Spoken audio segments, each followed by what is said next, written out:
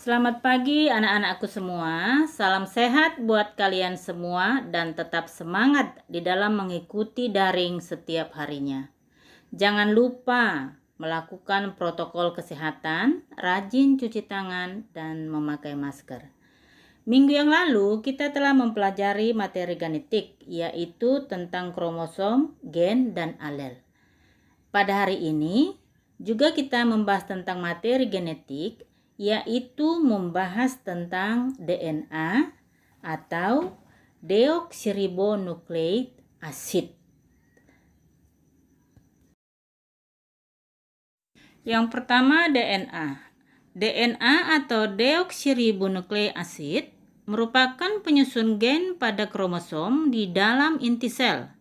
Selain itu, DNA juga ditemukan pada mitokondria, sentriol, kloroplas, dan plastida.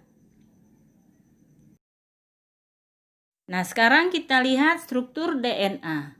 Bentuknya disebut double helix atau berbentuk untaian panjang berpilin ke arah kanan. DNA terdiri atas nukleotida yang panjang. Setiap nukleotida terdiri atas 3 komponen. 1. Gula pentosa deoksiribosa. 2. Gugus fosfat. 3. Basa nitrogen. Terdiri dari purin yaitu guanin dan adenin. Pirimidin terdiri dari timin dan sitosin atau lambangnya S atau C.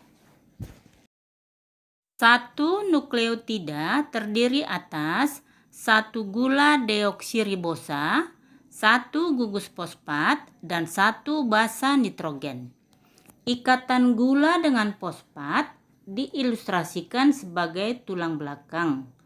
Gula fosfat sebagai ibu tangga, ikatan basa nitrogen sebagai anak tangga.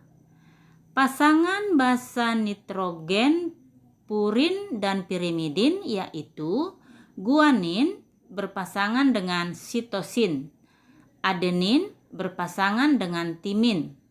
Adenin dan timin membentuk 2 ikatan hidrogen, sedangkan guanin dan sitosin membentuk 3 ikatan hidrogen.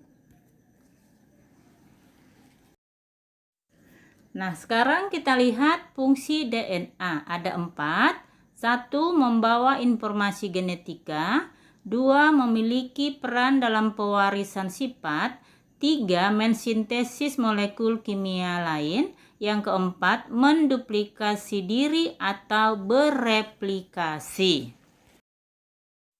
Apa itu replikasi? Replikasi DNA adalah proses penggandaan DNA untuk memperbanyak diri yang terjadi pada fase sintesis saat interfase sebelum sel membelah. Tujuannya agar sel anakan hasil pembelahan mengandung DNA yang identik dengan DNA sel induk.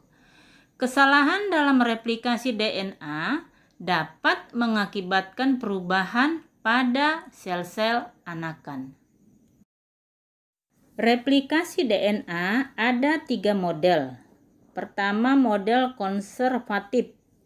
Rantai ganda DNA lama tidak berubah, berfungsi sebagai cetakan buat DNA baru. Yang kedua, model semi-konservatif. Rantai ganda DNA lama berpisah, kemudian rantai baru disintesis pada masing-masing rantai DNA lama.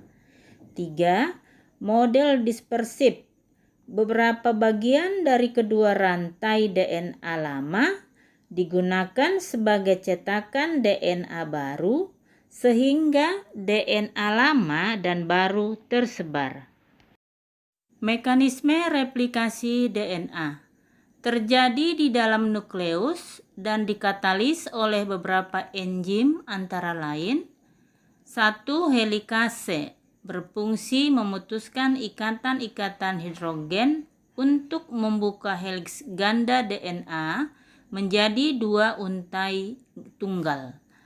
Kemudian RNA primase untuk menggabungkan nukleotida RNA agar dapat membentuk primer. Yang ketiga, DNA polimerase berfungsi menggabungkan nukleotida menjadi polimer DNA yang panjang. Kemudian DNA ligase berfungsi menyambungkan fragmen-fragmen DNA yang baru terbentuk sehingga terjadi untaian yang lengkap. Nah, sekarang kita lihat mekanisme replikasi DNA. 1. Helikase membuka heliks ganda induk. Yang kedua, protein pengikat untai tunggal menstabilkan DNA induk yang terbuka. 3. Untai utama disintesis secara terus-menerus pada arah 5 aksen ke 3 aksen oleh DNA polimerase. DNA polimerase kemudian menggantikan nukleotida primer RNA dengan DNA. Untuk memanjangkan untai baru DNA yang lain, DNA polimerase harus bekerja di sepanjang cetakan yang jauh dari cabang replikasi. Enzim primase mensintesis primer-primer RNA pendek yang kemudian diperpanjang oleh DNA polimerase membentuk fragmen Okazaki. 5. Setelah primer RNA diganti menjadi DNA oleh DNA polimerase yang lainnya, DNA ligase menggabungkan fragmen Okazaki ke untai yang sedang tumbuh. Sampai di sini pelajaran kita pada hari ini. Semoga anak-anak ibu sudah mengerti tentang DNA dan juga jangan lupa minggu depan sampai ketemu dalam keadaan sehat. Terima kasih.